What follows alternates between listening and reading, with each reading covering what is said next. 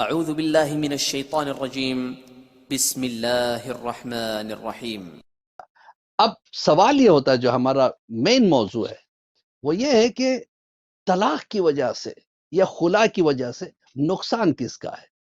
نقصان زیادہ تر بچوں کا ہوتا ہے۔ نقصان اچھا یہ بھی میں نے دیکھا ہے کبھی کبھی طلاق میں آگ لگانے والے بیچ والے ہوتے ہیں۔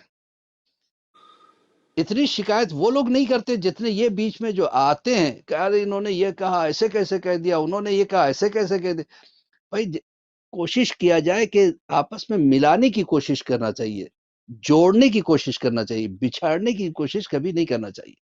نتیجہ کیا ہوتا ہے؟ ایک سٹیٹسٹیکل رپورٹ میں نے دیکھا تھا، وہ یہ ہے بچوں کا کیا نقصان ہوتا ہے۔ سب سے زیادہ پسنے والے بچے، یہ بچے جب دیکھتے ہیں ماں باپ جب آپس میں جھگڑ رہے تو بچے سہم سے جاتے ہیں، چھوٹے ہوتے ہیں کہہ بھی نہیں سکتے، کہا اب اس کے اوپر بگڑ گئے، تم بیچ میں کیوں بول رہے ہو، ہمت کیسے ہوئی تمہاری بیچ میں بولنے کی۔ اب معصوم بچہ سہم سے جاتا ہے، اس کا دل چھوٹا سا ہوتا ہے، دماغ چھوٹا سا، وجود چھوٹا سا ہوتا ہے، اس میں ہمت نہیں ہوتی ہے کہ ایسے چیزوں کو برداشت کر سکے۔ نتیجہ کیا ہوتا ہے؟ وہ اندر اندر پسنا شروع ہوتا ہے، سوچنا شروع کرتا ہے۔ سب سے پہلا اثر یہ ہوتا ہے کہ یہ اپنا کانسنٹریشن کھو دیتے ہیں۔ جب کلاسز پہ جاتے ہیں اکثر کلاس سے پھر وہاں سے ٹیچرز لکھتے ہیں کہ تمہارا آ کے تم ملو ہم سے، تمہارا بچہ جب ہم پڑھاتے وہ کچھ اور سوچتا رہتا ہے، کچھ اور کرتا رہتا ہے۔ ایسے بچوں کے موسٹلی والدین آپس میں لڑا کرتے ہیں۔ نتیجہ یہ ہوتا ہے کہ چونکہ وہ کانسنٹریٹ نہیں کر سکتا، اس کے امتحان خراب ہونے لگتے ہیں، رزلٹ خراب ہو جانے لگتا ہے۔ تو اس معصوم کی کیا خطا تھی، اس معصوم کی کیا غلطی تھی، وہ کس بات کی جو ہے نا جو سزا پا رہا ہے؟ غلطی ہم کر رہے ہیں، لڑ ہم رہے تھے، طلاق ہم چاہ رہے تھے، لیکن وہ بچے کے کیا خطا ہے؟ اور بھی ملتا ہے کہ تقریباً یعنی عام بچوں سے 7 ٹائمز زیادہ ڈپریشن میں جانے والے وہ بچے ہوتے ہیں جن کے ماں باپ میں طلاق ہو جاتی ہے۔ ڈپریشن جو کہ فزیکلی اگر سائنٹیفکلی دیکھا جائے تو ڈپریشن کی بیماری 50 کے بعد آتی ہے۔ جب انسان ڈپریس ہونے لگتا ہے کہ میری وہ طاقتیں رہی نہیں، میرا سکن ویسی رہی نہیں، میرا جسم ویسا نہیں رہا، میں موٹا ہونے لگا۔ یہ بھی نہیں سوچنا چاہیے زیادہ انسان کو، اب جیسے ہیں ٹھیک ہے۔ اب میں چاہوں 60 سال کی عمر میں کہ میں 20 سال کا لگنے لگوں، کہاں سے ممکن ہے؟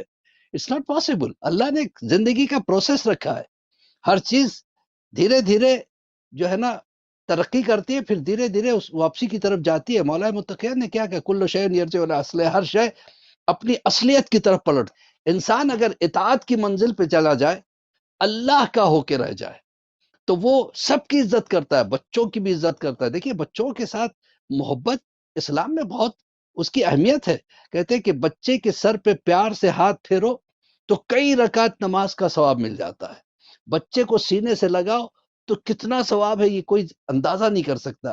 ماں باپ کی خدمت کرو، اتنا ثواب جس کی انتہا نہیں۔ بیوی کا احترام کرو، اتنا ثواب جس کی انتہا نہیں۔ کیوں؟ وہ سب کو چھوڑ کے تمہارے پاس آئی ہے تو لڑنے کے لیے نہیں آئی ہے، یا تمہاری زندگی عذاب بنانے کے لیے نہیں آئی ہے۔ وہ تمہیں سمجھ کے چلے، تم اس کو سمجھ کے چلو، اسی کو شادی کہتے ہیں۔ ورنہ پھر دراڑ پیدا ہو جاتی ہے، ایک ایسی دراڑ جس کو کوئی ختم نہیں کر سکتا، کوئی ختم نہیں کرتا۔ اور بیچارے بچے جا کے اس کا شکار ہوتے ہیں۔ جن کے ماں باپ آپس میں لڑا کرتے ہیں نا، 70% کرمنلز کے ریکارڈ آپ دیکھیے، پتا چلتا ہے وہ ایسے فیملی کو بلانگ کرتے تھے، یا تو باپ ظالم تھا یا ماں ظالم تھی، یا دونوں میں جھگڑے ہو گئے تھے یا سپریشن ہو گیا تھا۔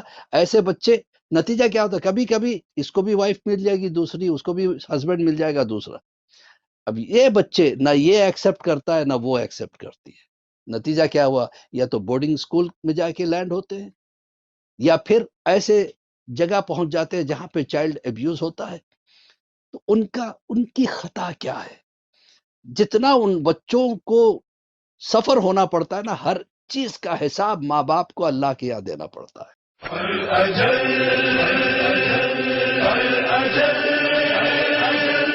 یا امام